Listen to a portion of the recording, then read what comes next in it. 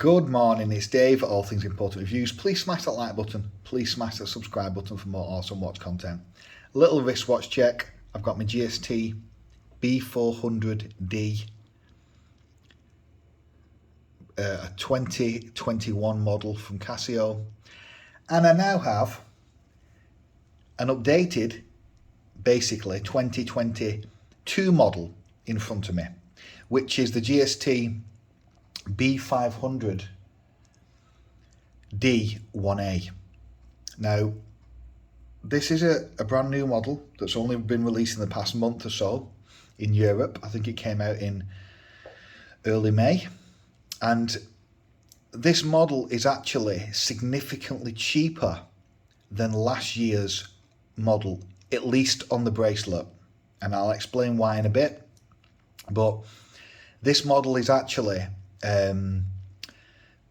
significantly cheaper. I mean, the B400 that I got on a bracelet, and there's many colours of this, the RRP of those models are about $399. Now you can get them a lot cheaper than that. You can get them probably £100 cheaper brand new from resellers and that kind of thing. But the RRP of this is $279.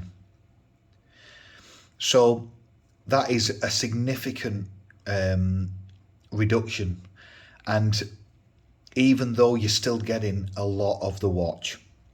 And I'm going to do a separate video on the comparison, but this is definitely an evolution. I mean, all new Casio B-line watches are basically evolutions from the previous model. You know, they don't go on reinvent the wheel by any stretch of the imagination. In some ways this is superior, in some ways it is inferior to last year's models. And I'm going to explain why. Let's start off with the sizing. And the sizing is a definite positive because they've even dropped it down even further than last year's model. It is actually smaller. It is smaller in every way, basically. So the lug to lug is, well, the lug to lug is actually very similar. I think it's about 46.5, which is great. The overall diameter of including the case, like these side parts that flare out a bit, it is only about 48.6, something like that. Now that is a good millimeter less than this model. And the thickness on my measurement to the top of the bezel is about 12.7, but to the crystal is only 12.4, 12.5. Which again is less than this. This is more like 12.9 to the crystal, 13 overall, something like that. So it is actually thinner by around half a mil. Well, depending on how you measure it, to the crystal it is actually thinner by about half a millimeter. But there's another way it's thinner, it's smaller as well, and that is in the bracelet. The bracelet here is smaller than last year's model and tapers down to around 18.8, call it 19 mil, whereas last year's model only tapers down to about 20 mil. So so the bracelet does feel comfier. So in many ways they've refined the size, and in my opinion, this size, in my opinion, is superior because it will be more versatile. It will fit more wrists. I mean, even if you had a 6-inch wrist, not that I would actually wear it on a 6-inch wrist, but even in a 6-inch wrist, I think you could just get away with it. Whereas last year's, I don't think you could. I think that would be too big. I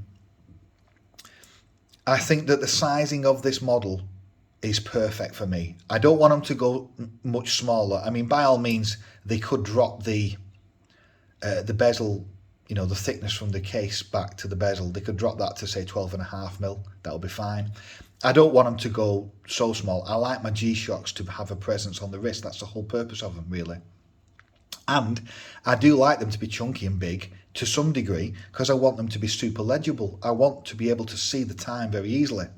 And that brings us on to the dial, which, of course, has been improved, in my opinion.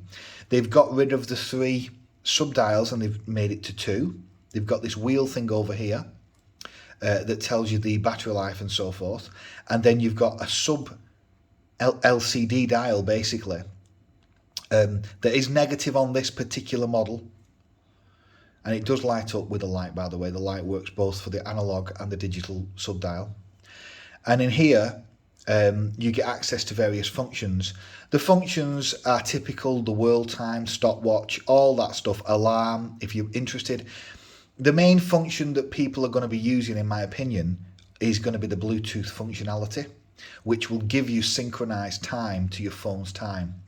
This watch has the Bluetooth. All the Beeline models like this have the Bluetooth as well.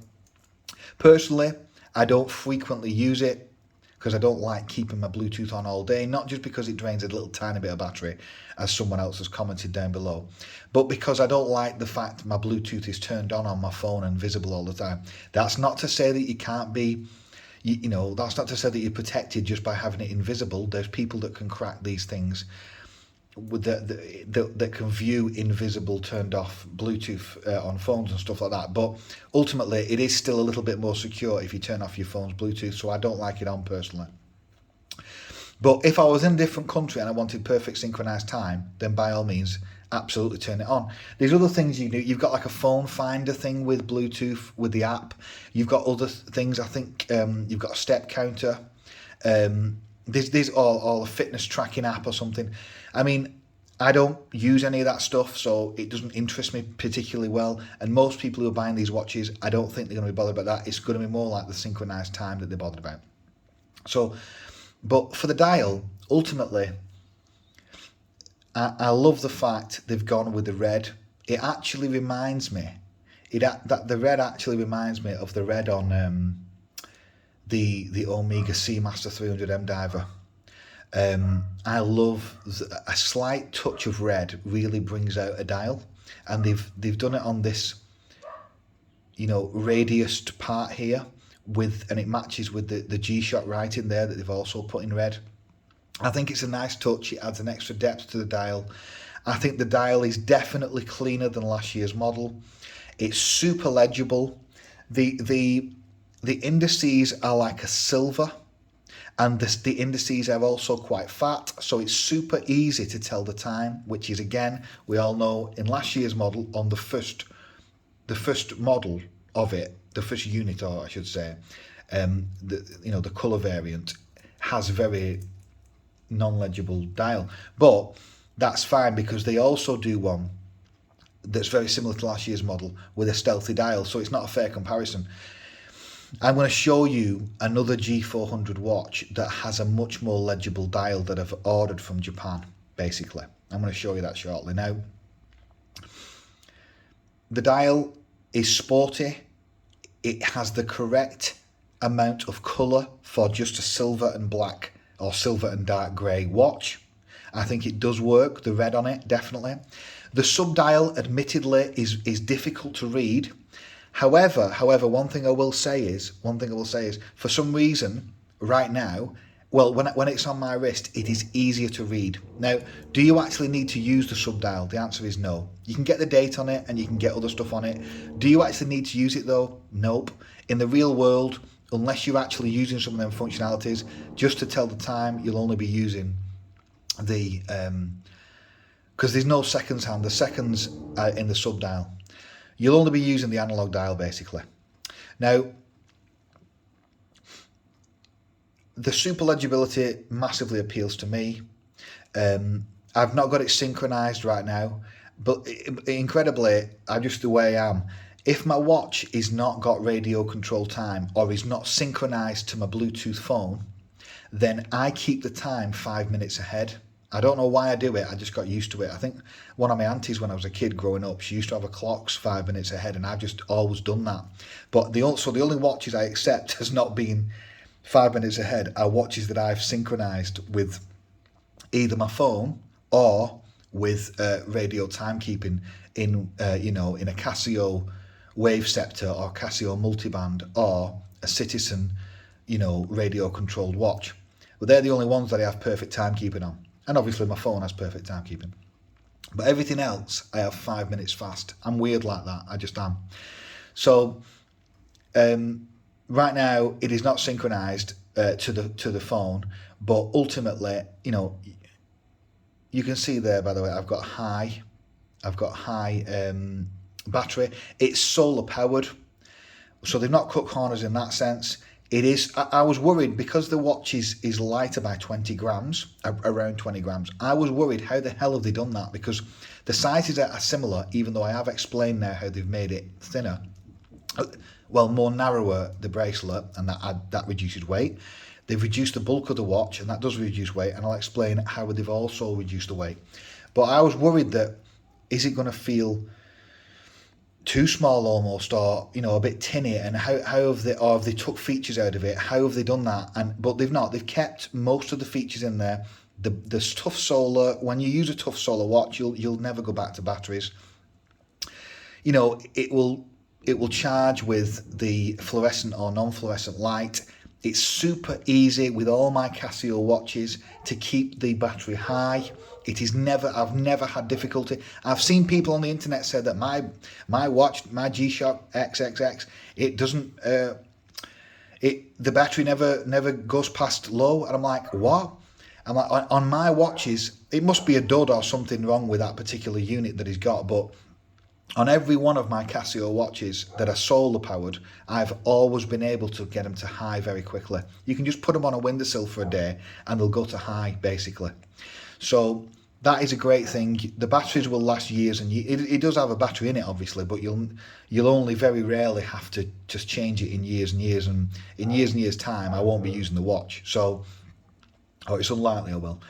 So that's a massive plus to me. These watches have to have solar. That is a big selling point personally for me. That's not to say that a straight battery powered quartz watch would not last years and years. Most of our G-Shocks behind me, in the boxes behind me, most of them I have never swapped the battery, and I've bought them probably 5 years ago and I've still never swapped them.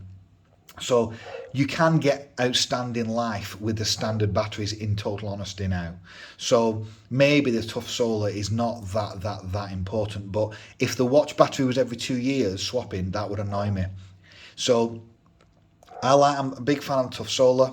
The dial is super legible. It's cleaner. They've improved the fact it doesn't have 3 subdials. It just has 2, which is all it needs, in my opinion.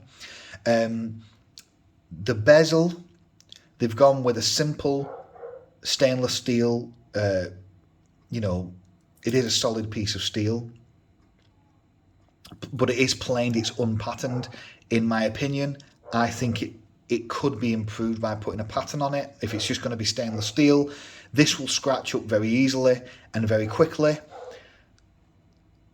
I haven't actually put any scratches on it, or any significant ones yet, which is positive. But these straight dials like this, bezels, sorry, they will scratch to high heaven. Unfortunately, they will. That's why, in my opinion, they should be patterned. Now, I'll just show you the case back. Actually, I'll just show you how you go through the modes. Look, world time, timer, alarm, and you can set it to like 300 different cities. You can adjust the time if you want to set it to your own time, without not one that's not synchronized or one that's not in the world time. You can do loads of stuff. You can do a search functionality here for the Bluetooth, and they've got the lights. So it's packed with loads of functions. It's not got the same functions as a Mudmaster or like an altitude calculator and all that kind of stuff. It doesn't have that at this level because it's only a kind of mid-tier Casio, really. Simple stainless steel case back, has a model number and the reference on it. Oh, I should tell you, these quartz watches, if you don't synchronize it, they're going to be standard quartz of about 15 seconds, give or take, a month. You will probably get an improvement on that. Some of them, are accurate to 10 seconds a month, I believe. If you're lucky, it depends on your quartz crystal. Again, if you're going to synchronize it, you could, if you wanted, just synchronize it once a week. You could hook it up to the app just once a week and then let it synchronize if you can be bothered doing that kind of thing. Or you could do it once a month. Or you could have it constantly synchronized. Now, interestingly, as you can see, they've changed. Oh, it's got the carbon core technology, so it has got plastic in it. That's how they keep it light. They've got layers of plastic inside this, basically, that they've used to kind of strengthen it, but also keep it light. Now, the connection point to the bracelet is screwed. Now, someone put in a comment on my previous video that they would have preferred the previous, which I'll show you here now, the previous way they did it on this last year's model, which is with these Easy Links pins. But because they're saying that basically, because it's a screw, the screw hull has a life, has a finite number of times it can be screwed and unscrewed. So they would preferred the previous way. Personally, I will never take this bracelet off this watch. Personally, I will not, because it's so light and because it's so comfortable. I will never, ever take it off. Even if I got a rubber band for it, I wouldn't take it off this particular watch. I'd just get a different colour and do that, I think. So for me, because I'm never going to swap the bracelet, it doesn't bother me, the fact they put screws in it. But if I was going to swap it out frequently, I think I would agree that I would prefer, you know, some quick adjust pins, quick release pins, sorry, I should say. Because those tiny little screws,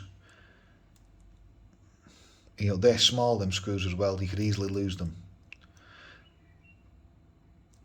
Now, this brings us nicely onto the bracelet. And the bracelet is a little bit controversial because they've sneakily changed, but they had to, if they've made a decision on this year's model to make it cheaper. I don't know why, but they made a decision to make it cheaper by about 30% or so.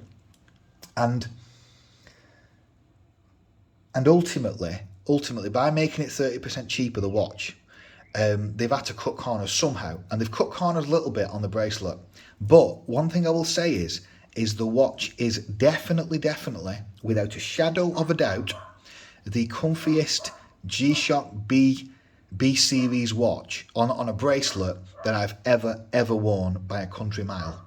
It is easier, comfier than last year's model because the weight is less, the bulkiness is less, and the bracelet is comfier. The bracelet tapers more and is comfier. Now, the reason how they've made this bracelet cheaper is they've changed the pin connection links. They've changed them to a kind of, you have to stick your, you have to stick your little tool in there and release that pin. It's not super amazing how you do it. It's not super difficult either. It is a tiny bit messy, but it gets the job done. The other thing you can see is, I don't know if you can see this, but you can see inside that link there. You can see, look, you can see straight through. The link is hollow. This is folded or pressed metal, but inside of it there is a chunk of, again, folded pieces of steel. So that reduces the weight of these links. It does actually make them comfier. It reduces the weight, and it makes it cheaper for them, because solid links in the last year's bracelet increase the weight, but this bracelet, in terms of the quality, is definitely superior, definitely. And the mechanism for releasing the pins, in my opinion, again, is superior on last year's model, because you just stick your pin in there and basically plop it off. Basically, it's very easy to do.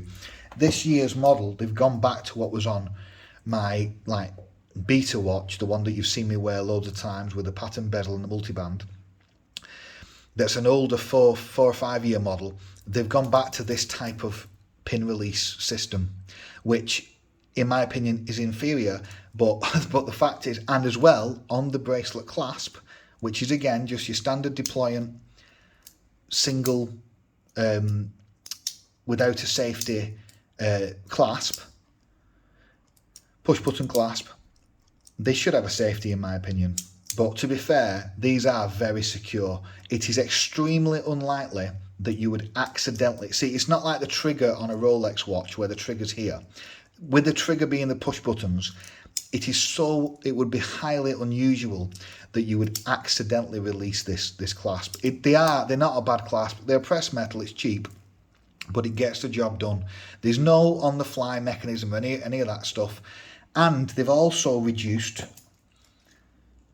the number of micro adjust slots. They've reduced it to 3.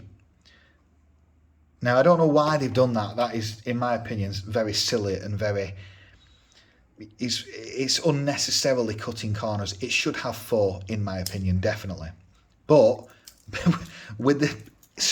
just interestingly, I can get a perfect fit on this watch, whereas last year's I couldn't get a perfect fit even with 4 because of the particular unluckiness, how I was like between a link kind of thing.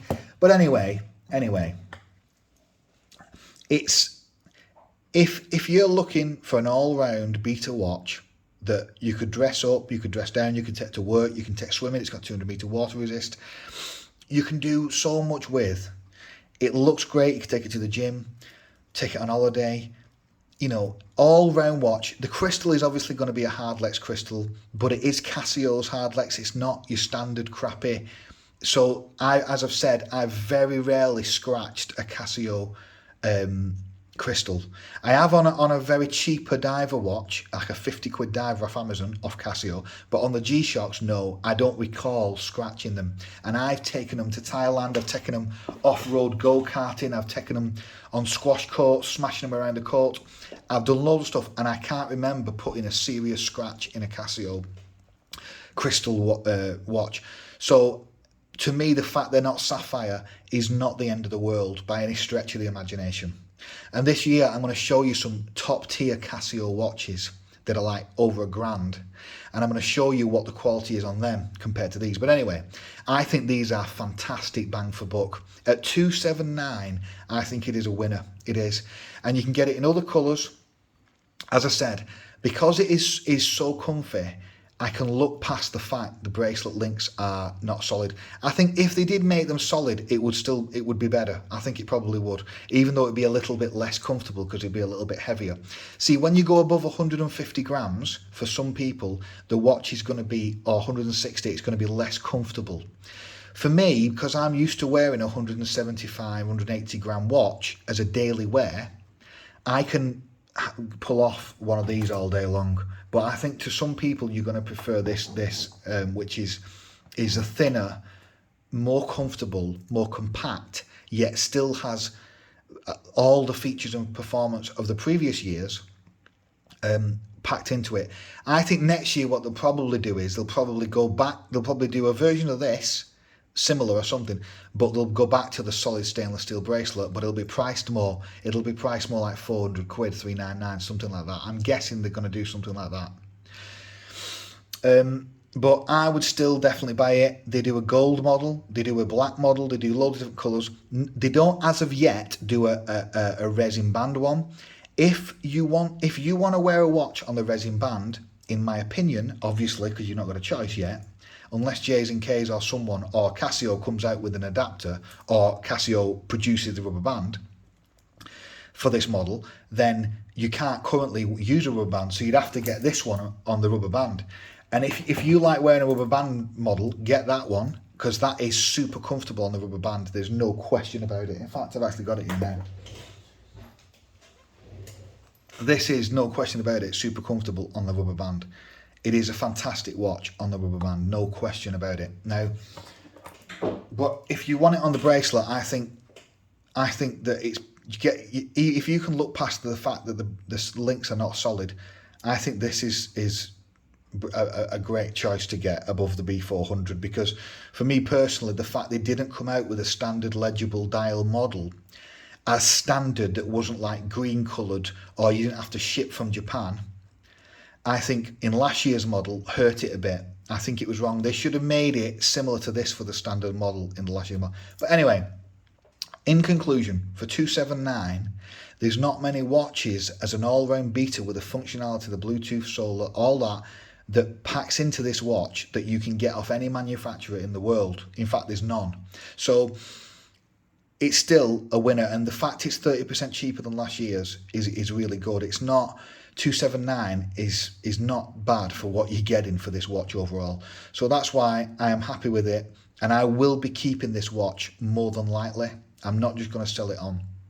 I'm going to keep it, but I am going to get, and I'm going to show you, the B400 with the carbon, like a carbon dial, a grenade style carbon dial with full legibility on the bracelet that I'm shipped from Japan, and I'm going to show it you, and I'm going to put it also on a rubber band, because I think that looks absolutely, you know, drop dead gorgeous basically. But I'm actually going to Thailand next month, so I'm going to post a few videos out there with watches and what's out there. If you want to check them out, you know, they'll be on my channel. I've got lots of watches coming over. Thanks a lot for subscribing. It's Dave. Have a great day.